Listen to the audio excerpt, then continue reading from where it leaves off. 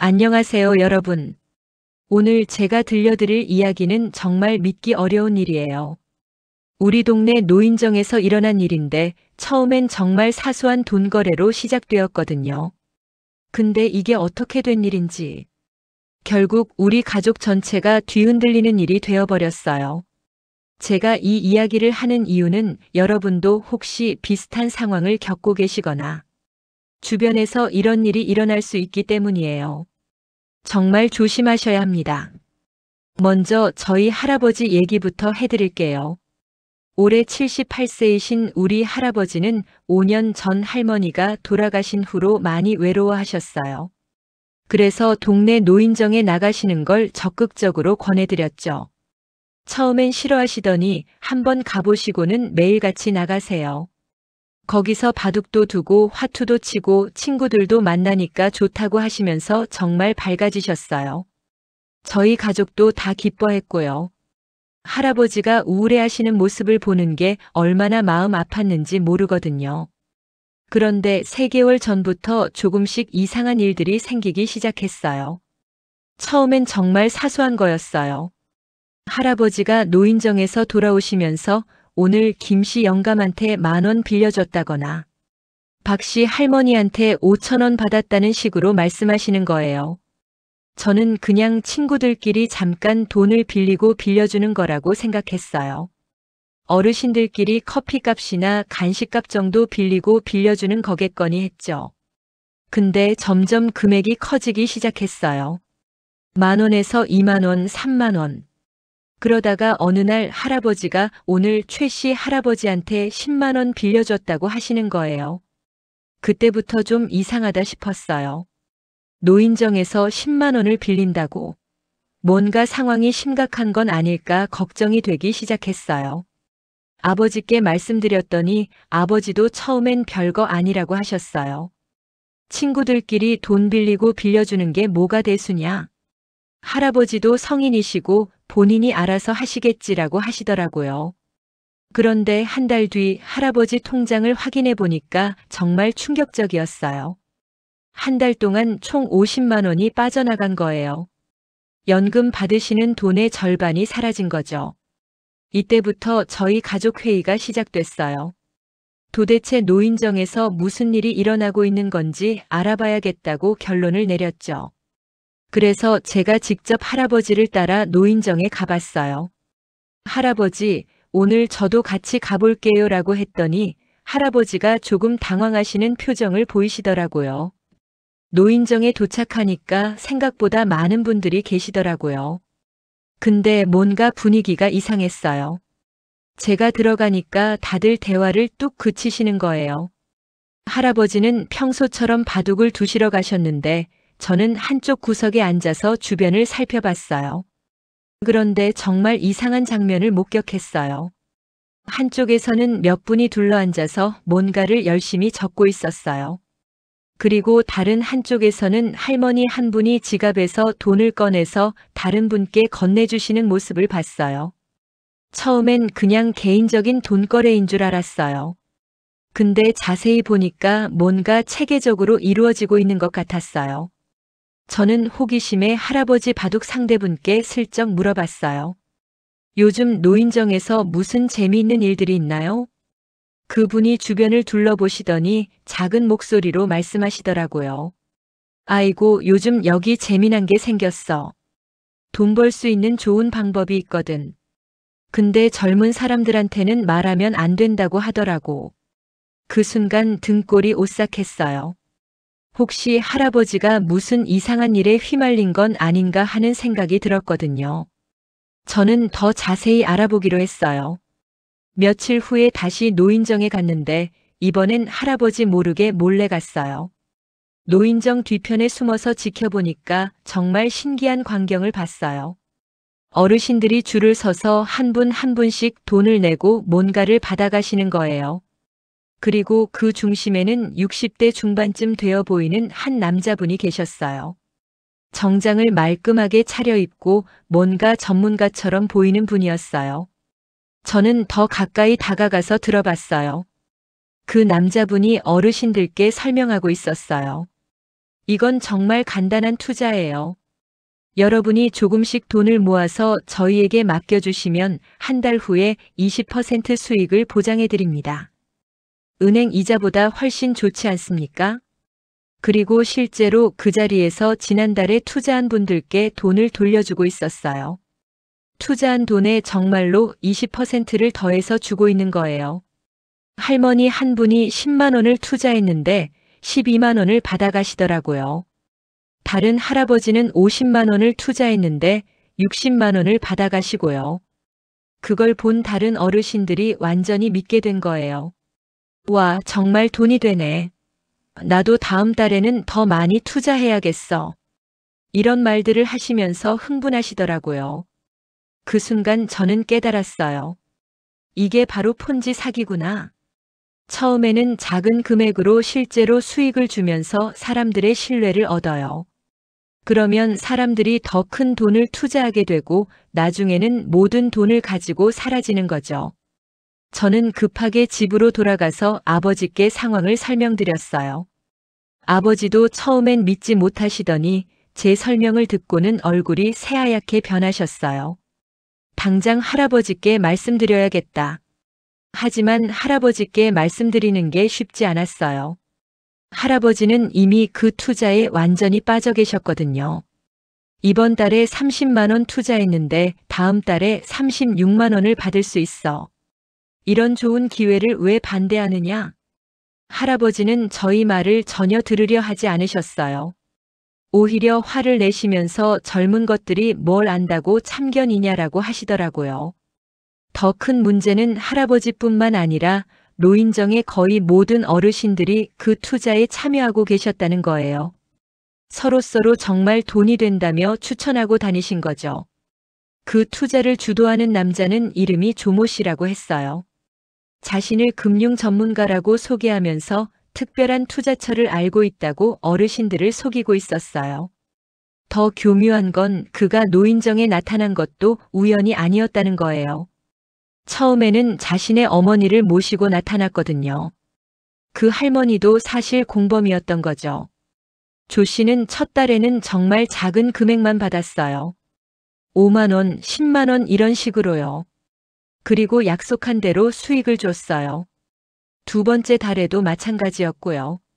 세 번째 달이 되니까 어르신들의 신뢰가 완전히 쌓인 거예요. 그때부터 투자 금액이 급격히 커지기 시작했어요. 조 씨는 더욱 그럴듯한 이야기를 만들어냈어요. 제가 알고 있는 중국 사업가가 한국에 투자하려고 하는데 정부 정책상 개인 투자만 받을 수 있다는 식으로 말이에요. 그리고 투자 기회가 한정되어 있으니까 빨리 결정하셔야 한다며 어르신들을 재촉했어요. 할아버지는 그 말에 완전히 넘어가신 거예요. 이런 기회를 놓치면 평생 후회할 것이라면서 더 큰 돈을 투자하려고 하셨어요. 저는 경찰서에 신고를 하려고 했어요. 하지만 아직 실제 피해가 발생한 게 아니라서 경찰도 적극적으로 나서기 어렵다고 하더라고요. 일단 더 지켜보시고 실제 피해가 발생하면 그때 다시 연락주세요라는 답변만 들었어요. 저는 다른 방법을 생각해 봤어요. 혹시 조 씨의 정체를 알아낼 수 있을까 해서 사설 탐정도 알아봤어요. 하지만 비용이 너무 많이 들어서 포기할 수밖에 없었어요. 그렇게 한 달이 지났어요. 할아버지는 약속한 대로 36만 원을 받아오셨어요. 이번에는 더욱 확신에 차서 이번 달에는 100만 원을 투자하겠다고 하시는 거예요. 저희가 아무리 말려도 소용없었어요. 할아버지는 너희들이 무슨 근거로 사기라고 하느냐? 실제로 돈을 받아왔는데 라고 하시면서 전혀 들으려 하지 않으셨어요. 그런데 이때 저는 중요한 걸 발견했어요. 조 씨가 어르신들께 준 영수증에 적힌 회사 이름을 인터넷에서 검색해 봤는데 그런 회사는 존재하지 않았어요. 또한 조 씨가 제공한 사업자 등록번호도 가짜였어요. 국세청 홈페이지에서 확인해 보니까 등록되지 않은 번호였거든요. 저는 이 증거를 가지고 다시 할아버지를 설득해 봤어요. 하지만 할아버지는 인터넷에 안 나오는 게 당연하다. 비밀 투자인데 왜 공개하겠느냐라고 하시면서 오히려 더 확신하시는 거예요. 정말 답답했어요. 객관적인 증거를 보여드려도 믿지 않으시니까요. 그리고 정말로 100만 원을 투자하셨어요. 이번에는 할아버지뿐만 아니라 노인정의 다른 어르신들도 모두 투자 금액을 늘리셨다고 하더라고요. 어떤 할머니는 전 재산인 500만 원을 모두 투자하셨다는 소리도 들렸어요. 다른 할아버지는 자식들 몰래 적금을 해지해서 300만 원을 투자하셨다고 했고요. 저는 정말 불안했어요. 언제 그 사기꾼이 돈을 들고 사라질지 모르는 상황이었거든요. 그런데 제가 예상한 것보다 훨씬 빨리 그 일이 일어났어요. 조 씨는 네 번째 달에 대규모 투자를 받은 후 딱 2주 만에 사라진 거예요. 아마 계획적으로 준비한 것 같았어요. 그날 할아버지가 노인정에 가셨다가 새파랗게 질린 얼굴로 돌아오신 거예요. 그 사람이 없어졌어. 네, 맞습니다. 그 투자 담당자가 하루아침에 사라진 거예요. 연락도 안 되고 노인정에도 나타나지 않고 완전히 잠적해버린 거죠. 조 씨와 함께 다니던 그 할머니도 마찬가지로 사라졌어요. 나중에 알고 보니까 그분도 진짜 어머니가 아니라 공범이었던 거예요. 노인정은 아수라장이 되었어요. 어르신들이 모여서 어떡하지? 우리 돈은 어떻게 되는 거야? 라며 우시고 계셨어요. 피해 규모를 알아보니까 정말 심각했어요. 우리 노인정 어르신들만 총 3천만 원 가까이 피해를 보신 거예요. 할아버지는 100만 원, 다른 할머니는 500만 원, 어떤 할아버지는 200만 원. 대부분 연금이나 적금을 깨서 투자한 돈들이었어요. 그 중에서도 가장 큰 피해를 보신 분은 박 씨 할머니였어요. 돌아가신 남편이 남겨주신 보험금 1천만 원을 모두 투자하셨다가 한순간에 잃어버리신 거예요. 박 할머니는 그 충격으로 쓰러지셔서 병원에 입원까지 하시게 되었어요. 혈압이 급상승하면서 뇌출혈 위험까지 있다고 했어요. 다른 어르신들도 상황은 마찬가지였어요. 최 씨 할아버지는 평생 모은 적금 300만 원을 잃으셨고 이 씨 할머니는 자식들 용돈을 아껴서 모은 200만 원을 잃으셨어요. 가장 안타까운 건 정 씨 할아버지였어요. 당뇨병 치료비로 모아둔 돈 150만 원을 투자하셨다가 잃어버리신 거예요. 이제 치료비가 없어서 병원에 가지 못하는 상황이 된 거죠. 저희 가족은 즉시 경찰서에 신고했어요. 이번에는 실제 피해가 발생했으니까 경찰도 적극적으로 수사에 나섰어요. 수사 과정에서 밝혀진 사실들이 정말 충격적이었어요. 조 씨는 전국을 돌아다니면서 같은 수법으로 사기를 친 전문 사기꾼이었어요. 그가 사용한 신분증도 가짜였고 휴대폰 번호도 대포폰이었어요. 심지어 노인정에 처음 나타날 때 탔던 차도 렌터카였던 거죠. 하지만 이미 늦었어요. 그 사기꾼은 가짜 신분증을 사용했고 연락처도 모두 가짜였어요. 완전히 계획적인 범죄였던 거죠. 경찰은 전국적으로 수사망을 펼쳤지만 조 씨를 찾기까지는 시간이 걸릴 것 같다고 했어요. 수사는 진행되고 있지만 돈을 돌려받을 가능성은 거의 없다고 하더라고요. 할아버지는 그 일 이후로 완전히 다른 사람이 되셨어요. 노인정에도 나가지 않으시고 집에서만 계시면서 하루 종일 자책하고 계세요. 내가 욕심을 부렸다. 내 돈만 잃은 게 아니라 다른 분들까지 피해를 입게 했다며 자꾸 자신을 탓하시는 거예요. 저희가 아무리 위로를 해드려도 소용없었어요. 할아버지는 며칠 동안 밥도 제대로 못 드시고 잠도 못 이루시면서 점점 야위어 가셨어요. 더 심각한 건 할아버지가 우울증 증세를 보이기 시작하신 거예요. 하루 종일 방에만 계시면서 말씀도 안 하시고 가족들이 말을 걸어도 대답을 잘 안 하셨어요. 그런 할아버지를 보는 게 너무 마음 아팠어요. 돈보다도 할아버지가 자책하시는 모습이 더 견디기 어려웠거든요. 더 안타까운 건 할아버지만 그런 게 아니라는 거예요. 피해를 보신 다른 어르신들도 모두 비슷한 상태셨어요. 노인정 분위기도 완전히 침울해졌고 어르신들 사이에서도 서로 탓하는 분위기가 생겼어요. 왜 그때 말렸을 때 안 들었어? 너부터 먼저 투자하겠다고 했잖아. 이런 식으로 서로 원망하게 된 거예요. 노인정 관장님도 책임감을 느끼셨는지 많이 힘들어 하셨어요. 내가 좀 더 신경 썼으면 이런 일이 일어나지 않았을 텐데라며 자책하시더라고요. 그렇게 한 달이 지났는데 어느 날 할아버지가 갑자기 말씀하시는 거예요. 내가 다른 분들한테 피해준 만큼 보상해 드려야겠다. 그리고 할아버지가 하신 일이 정말 충격적이었어요. 할아버지가 소유하고 계시던 작은 상가 건물을 팔기로 하신 거예요. 그 건물은 할아버지가 평생 모은 돈으로 사신 거였어요. 할머니와 함께 노후 대비용으로 장만하신 소중한 재산이었죠. 그 건물은 할아버지에게 단순한 재산이 아니었어요. 할머니와 함께 꿈꾸던 미래가 담겨 있는 곳이었거든요. 할머니가 살아계실 때 나중에 이 건물 임대료로 조용히 살자고 말씀하시곤 했었어요. 저희 가족이 모두 반대했어요. 할아버지 잘못이 아니에요. 모두가 속은 거잖아요. 왜 할아버지가 책임을 지려고 하세요? 아버지도 강력하게 반대하셨어요. 아버지, 그건 아버지 전 재산이잖아요.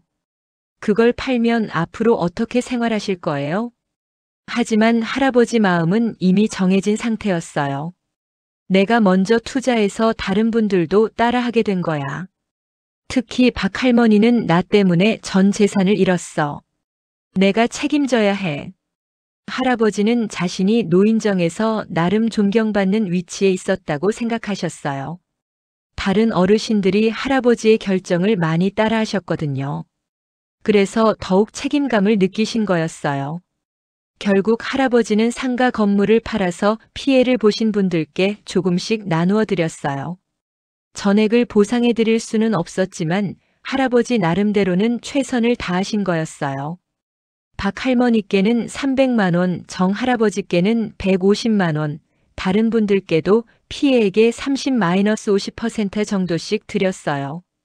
하지만 그 과정에서 할아버지는 평생 모은 재산을 거의 다 잃으셨어요. 저희 가족은 정말 복잡한 심경이었어요.